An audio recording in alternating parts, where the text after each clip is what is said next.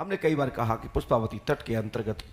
पांडेश्वर महादेव की स्थापना, प्रवास क्षेत्र में, पांडवों के प्रवास क्षेत्र में पुष्पावती तट के दक्षिण की दिशा में, भद्रावती नगर से उत्तर की दिशा में, पांडव थल से दक्षिण की ओर एक बड़ा दिव्य, शिव के स्थान तो सैकड़ों हैं, लेकिन सदाशिव पांडेश्वर महादेव का लिंग पंडोकर धाम में स्थापित है। मलेच्छों के द्वारा एक काल चक्र ऐसा आया, उसमें कई तीर्थ मठ मंदिरों के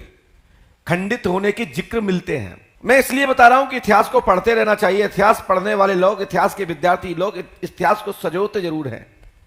एक समय आया तो समय आगे पीछे रहा, स्थान थोड़ा आगे पीछे रहा, लेकिन विद्वान के साहित्य के इतिहासकारों ने कहा, ऋषियों की भी यह भाषा है, पुराण अवलोकन करने पे मिलता है कि यदि कोई मठ मंदिर खंडित हो जाता है और वो पूर्णता जीर्ण शीर्ण होकर के उसके नाम निशान मिट जाता है, इतिहास सुरक्षित रहता है जनश्रुति में, तो एक उसके अब परिधि में कहीं भी प्राण प्रतिष्ठा विधिवत रूप से कर दी जाए तो वही मान्यता, साहित्य और देवता स्वीकार कर लेते हैं। इस स्थान पर बहुत सारे तीर्थों के निर्माण की योजना, व्यापक रूप से इस तीर्थ को बनाने की हमारी इच्छा है कि इसमें समस्त श्रद्धालु जनों को, जिनके प्रति आस्था और श्रद्धा और विश्वास है, वो सभी वो दिव्य शक्तियां जो पुराण और साहित्य से संबंध रखती हैं, जिनके लिए ऋषि महर्षियों ने इनकी महिमा गाई है, ऐसे सभी स्थानों को निर्माण, जीर्णोद्धार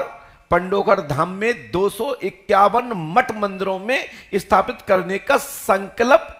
आप सबके सहयोग से धीरे धीरे पूर्ण किया जाएगा, जिसमें 9 देवी, 10 महाविद्याएं, भैरव और भी जो साधना योग जो देवता है, जो सहज दर्शन होते हैं, सहज इनकी कृपा हो जाती है उनके, और जो भारत वर्ष में बड़े बड़े ऋषि महर्षि हुए हैं, सप्त ऋषि इत्यादि, हमारे जीवन की रक्षा करने वाले, हमको नई दिशा देने वाले महापुरुष गुरुजनों के भी छाया चित्रों को भी प्रतिष्ठित और अप्रतिष्ठित रूप से रखे जाएंगे, जिससे साहित्य और इतिहास सुरक्षित रहे। ऐसे कई हमारे सदगुरु हैं, ऐसे कई महापुरुष हैं जिनको समय पर याद किया जाता है, लेकिन धीरे धीरे उनके चित्र हमारी आंखों से ओझल होते जा रहे हैं। हम चाहते हैं कि वो चित्र हमारी आंखों में स्थापित रहे, जिनको समय पर याद कर सके। इस पर पंडोकर धाम में बड़ा कार्य चल रहा है। भविष्य में बहुत कुछ योजना है भक्तों के सहयोग से। पंडोकर धाम में 4 वर्ष से निरंतर प्रतिदिन महायज्ञ अनुष्ठान, श्री राम महायज्ञ की आहुति में ही वर्ष भर आहुति ही उसी अग्नि में स्थापित होते हुए 4 वर्ष से निरंतर यज्ञ चल रहा है। वैसे तो लोग मुहूर्त में निकालते हैं, 9 दिन का मुहूर्त, 7 दिन का मुहूर्त,